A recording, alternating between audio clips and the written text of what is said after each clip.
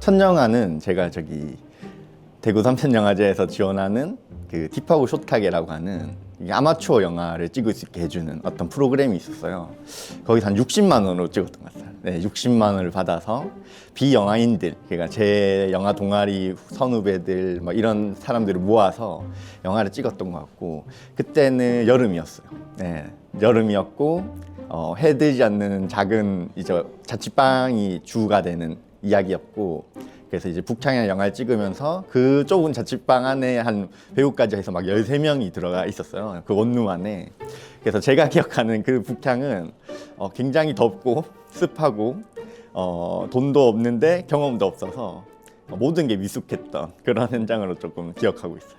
어찌저찌 시나리오를 완성을 하고 촬영 준비를 하고 촬영을 시작했던 첫날에는 이제 진짜 모를 수 없구나 라는 생각이 제일 먼저 들었던 것 같아요. 영화를 전공한 상태가 아닌데 처음 이제 영화를 찍게 되었다 보니까 사실 아는 게 아무것도 없었어요. 그래서 이제 배우를 어떻게 구해야 되는지도 몰랐고, 그래서 이제 그때 당시에 지인을 통해서 이제 사진을 찍고 있는 친구면 촬영을 할 수 있지 않을까 이렇게 생각이 들어가지고 그 친구한테 얘기를 해서 제가 생각했던 영화 현장은 좀 더 뭔가 전문적인 느낌이고 전문가들이 이렇게 착착착착 같이 이렇게 움직이는 느낌이었는데, 아무래도 모두가 처음이고 저도 처음이었어가지고 하나부터 열까지 합을 맞춰 나가는 과정이었던 것 같아요.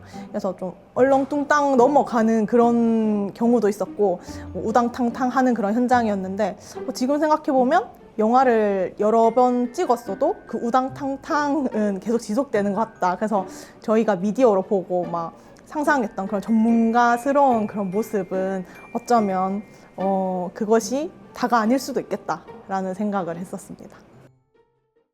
그러니까 몰라서 제일 힘들었던 것 같아요. 그러니까 저희가 어쨌든 이렇게 지역에서 영화하거나 독립영화 하시는 분들 중에 어떤 비전공자들이 훨씬 많을 때가 있잖아요. 많잖아요. 영화과를 전공하지 않은.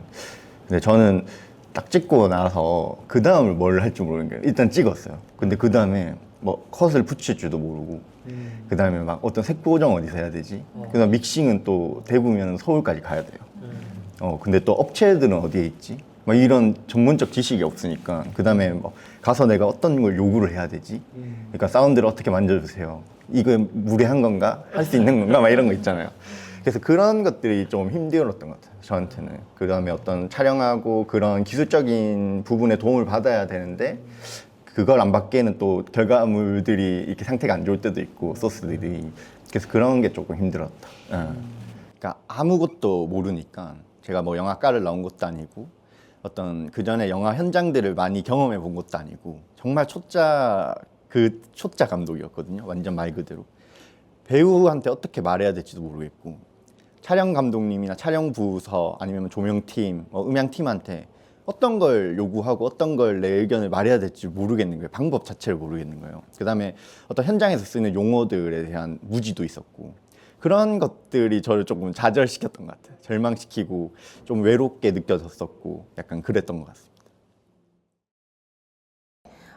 저희가 로케이션 섭외까지는 했는데, 이제 섭외하고 나서 이후에 뭘 체크를 하고 어떤 부분이 좀 중요한지에 대해서 좀 인지를 못하고 있었어요. 그래서 당시에 촬영을 막상 가니까 저희가 사용을 해야 되는 그 장소에 이미 좀 조기 축구를 하시는 분들이 이제 장악을 하고 계셔가지고 저희가 촬영을 진행하는 조금 어려웠었거든요.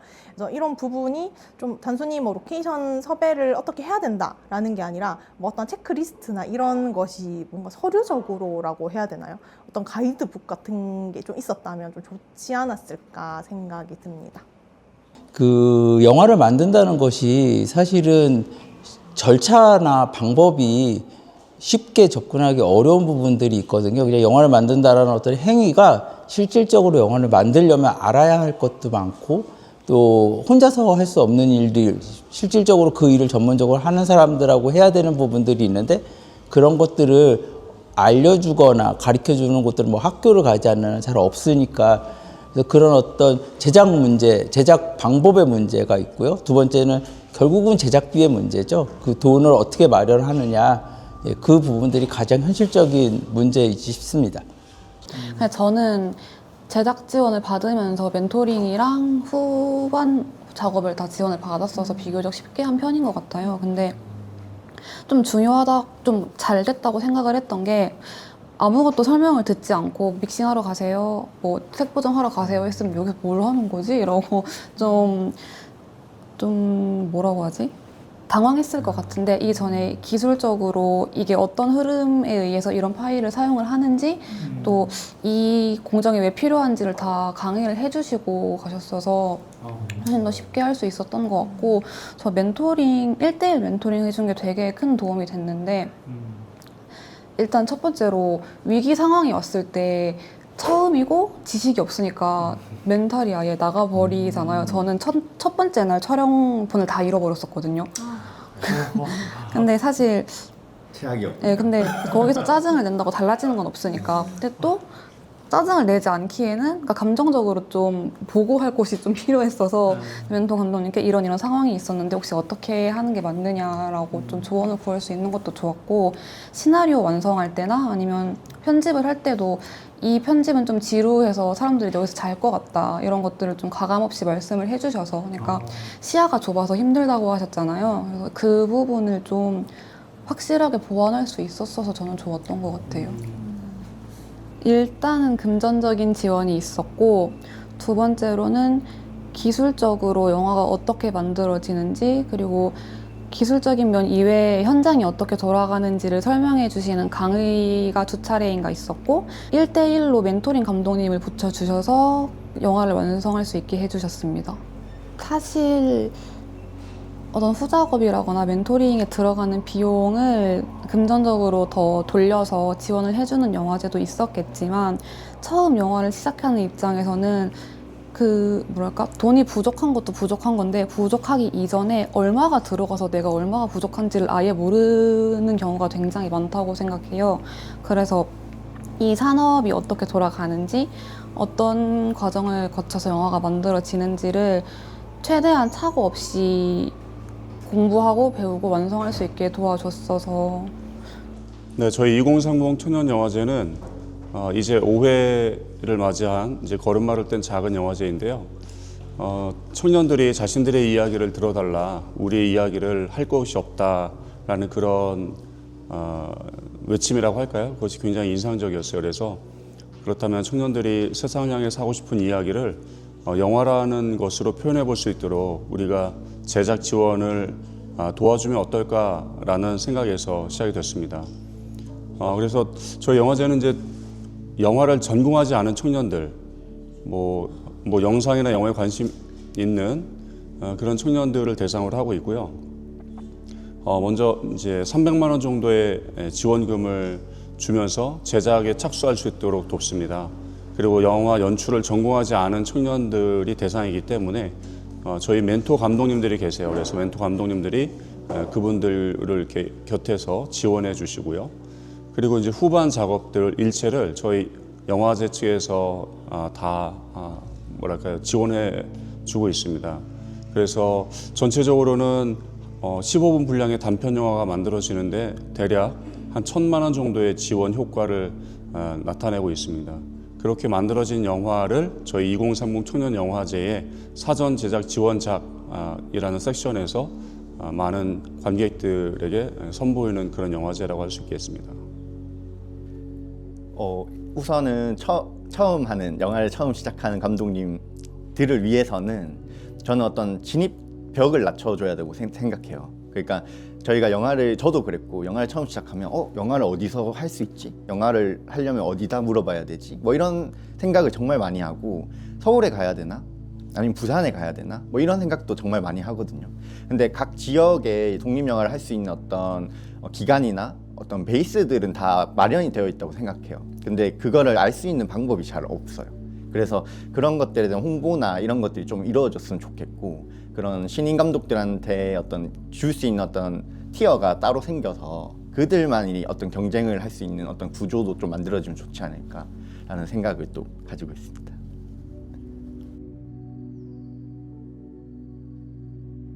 이 영화를 만든 감독님들 앞으로 모시겠습니다. 네, 안녕하세요. 가장 처음에 상영한 쉬었음을 제작한 감독 김지희입니다.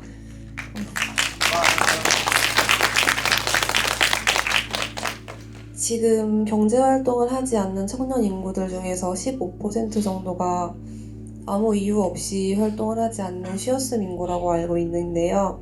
그런 시기를 보내는 사람들 대신에 조금 더 내가 얼마나 힘든 시기를 보내고 있고 어떤 감정으로 그 시기를 보내고 있는지를 나서서 화내주는 친구 같은 영화를 만들고 싶었습니다. 감사합니다.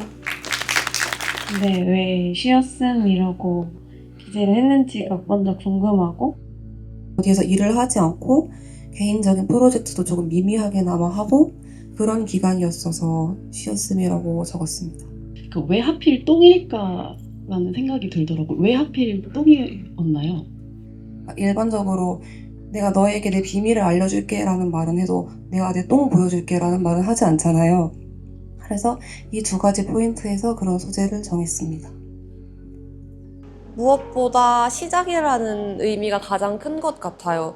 우선 알려주신 것도 너무나도 많고, 그러니까 초보 감독에게 필요한 것들을 너무 잘 알려주시고 저를 이끌어 주셨고, 그리고 영화를 완성을 한다고 해서 내가 감독이 되었나? 내가 감독인가라는 의식을 가지기가 어려운 경우가 많은 것 같은데, 이렇게 사람들과 함께 모여서 즐기고 영화를 상영을 하고 이야기를 나누는 과정을 가지면서 내가 정말 한 명의 감독으로 어쨌든 단편 영화를 만들었구나라는 의식을 가질 수 있게 되는 좋은 기회였습니다. 내가 너무 궁핍하고 실패한 삶이다 뭐 이런 생각은 잘 들진 않는 것 같고요. 제가 이제 그런 가난함, 뭐 어떤 수입적으로 어렵고 막 이런 시기도 있는데, 그래도 영화를 계속하는 이유는 아무래도 그냥 저는 제 개인적으로는 만족감인 것 같아요. 제가 저한테 어떤 삶을 살고 있니? 라고 물어볼 수 있는 게 저는 제가 영화를 만든 어떤 이야기라고 생각을 하거든요. 그리고 그런 이야기들이 나를 통해서 확장되어서 관객들을 만났을 때 그 관객들하고 대화하는 게 너무 즐거운 것 같아요. GV 현장도 즐겁고 관객들은 내 영화를 어떻게 생각하고 있나 뭐 이런 것도 저를 계속 성장시키게 하는 어떤 원동력이 되기도 하고 계속 영화를 하는 것 같습니다. 할 때마다 이제 너무 힘들어가지고 영화 찍는 거 너무 힘들다 이런 얘기를 많이 하는데, 계속 하는 거는 그 현장에서의 어떤 예기치 못한 장면이 되게 좋게 나왔을 때나 이제 영화의 시나리오에서 되게 고대했던 장면을 실제로 눈앞에서 볼 수 있다는 그 감정이 되게 특별하고 잊혀지기 어려운 것 같아서 영화를 계속 그게 찍게 되는 힘이 아닐까 생각합니다. 분명 가고 싶은 순간도 있을 것 같은데, 그러면 한번 도망가봐도 나쁘진 않거든요. 그래서 조금은 떨어져서 이제 있다 보면 분명 다시 영화를 그리워하고 영화를 하게 될 겁니다. 저는 알아요. 저도 그랬으니까. 보통 배우를 여러 가지 인생을 살아볼 수 있는 직업이라고 말을 많이 하잖아요. 근데 저는 영화 감독이나 또는 영화 관객까지도 영화를 통해서 많은 인생을 살아볼 수 있다고 생각을 합니다. 그래서 그런 매개체라고 해야 될까요? 그런 거를 만든다는 것 자체에 큰 매력을 느끼는 것 같고, 제가. 그리고 실제로 해보니까 일단 재미있었어요. 그래서 계속하고 싶습니다. 영화를 만드는 것이 쉽지는 않지만 그렇다고 불가능한 것은 아니니까요. 차곡차곡 준비하고 알아보고, 그래서 한 번쯤 젊었을 때 시도해 보는 것, 영화를 만드는 꿈이 이루어지는 것은 굉장히 큰 경험이니까요. 포기하지 말고 도전하시기 바랍니다. 우리 청년들이 또 청년 영화인들이 어떤 영화를 통해서 세상을 향해서 이야기를 건네고 있는지 관심을 갖고 응원해 주시면 좋겠습니다.